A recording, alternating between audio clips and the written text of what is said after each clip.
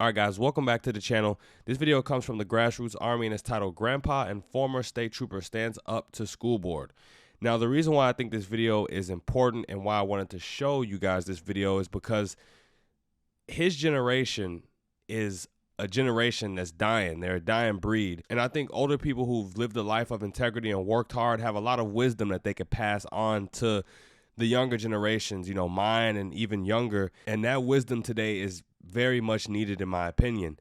You know, a lot of kids don't like to listen to their parents, let alone their grandpas and then grandmas. So with that being said, don't forget to like, comment, share, and subscribe while we're watching. Now let's roll it. Gentlemen, I graduated high school 6 decades ago. I went to a public school on the East Coast. My homeroom teacher would have us pledge allegiance to the flag. She'd take attendance. Then she'd say, sit down on your desk there, fold your hands, be quiet.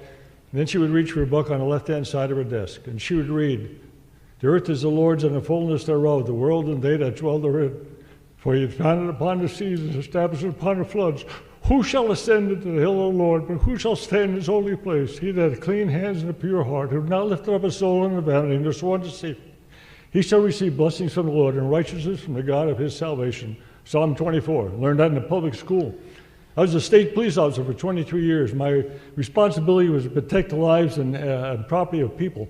I went back to college after I retired. I got a bachelor's degree from a Christian college. I got ordained in 2000 as a pastor. I worked at a Christian school for 4 years, K through 6, about 150 students. I did Grandparents' Day one day because I was the oldest person there. I asked this question: how do you know you have value as a person? A little 6-year-old girl, kindergartner, jumped out of her seat.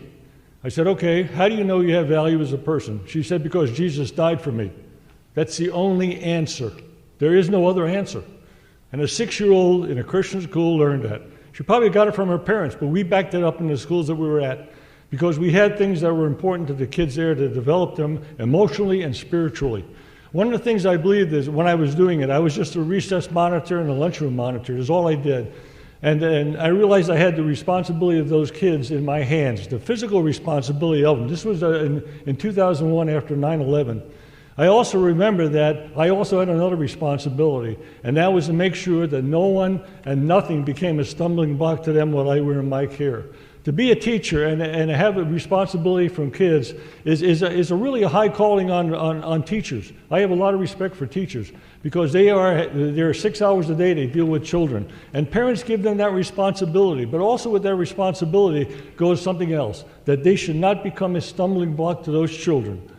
That they should do nothing that puts a stumbling block to develop them emotionally, mentally, and spiritually.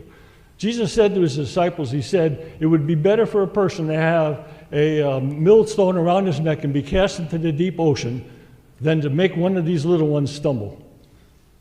When I heard that, when I read that, I knew that I had a responsibility when I spent those 4 years in that school to make sure that I was not a stumbling block and to make sure no one else was. You know what? You have to make a decision to decide what is appropriate for kids in this school. That is a big decision you have to make. I would hope that you would listen to the people here today. I don't have any kids in the local school here, but I have grandkids and great-grandchildren that are going to grow up in Michigan here. I've been here since 1967, and when I went in the state police in 1968, I realized I had a great responsibility. You have a great responsibility. I applaud you for being elected officials, but remember that responsibility. God bless you. Thank you. All right, guys. Now, I'm sure that fell on deaf ears to a lot of the people there, maybe even people watching this. But like I said, the importance of that speech in today's society is that we don't have, I don't see America having an identity anymore. I'm not even sure if kids even pledge allegiance to the flag. Now the flag is racist. Now, you know, being a Christian or being a Catholic is homophobic. You know, you have teachers who want kids to salute to rainbow flags, and they put rainbow flags all over the classrooms. Now, praying in class and reciting verses from the Bible, that's before my time. I never did that in school. I went to public schools. We never did any of that. But if it wasn't broken, why did we ever try to fix it? You know, I don't like the direction that we're heading now in this country. But looking back, I'm glad that I have that knowledge and that experience of doing that. You know, we aren't a perfect country. And, you know, pledging allegiance to the flag or even everyone, being a proclaimed Christian or Catholic or whatever it may be. I don't think that's the end all be all. That doesn't mean that, it'll just be rainbows and sunshine every day in the world. There'll still be hard times. There'll still be struggles no matter what. But at least when things happen and when things hit the fan, we can understand and realize that we're all Americans and we all in this together, almost like a 9/11 moment, but without something like that having to happen. Bad things of that caliber shouldn't need to happen for us to all look at ourselves and realize, hey, we all are American here. We all should stick together. And that's ultimately the message I want to push. I do get pushback for encouraging religion, encouraging, Christianity. That's my faith. You don't have to have that faith if you don't want to, and I'm not here forcing anyone to have that faith. But I can guarantee you that a child who has a strong backbone and has strong roots in faith will have a better chance surviving in this world. I mean, their soul surviving, their mental surviving, everything. They'll have a better chance surviving in traversing through this world than a kid who's totally abandoned from faith and just does whatever he or she pleases. It provides guidance. It provides, a light to look up to when you lost. It's God is always there, and that's just me. That's just me and my faith. I had to get on my soapbox and get that off my chest.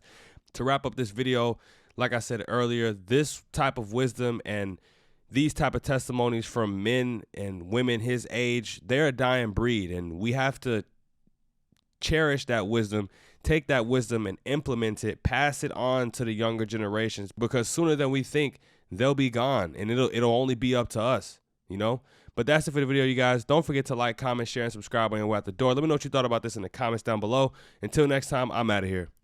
Peace.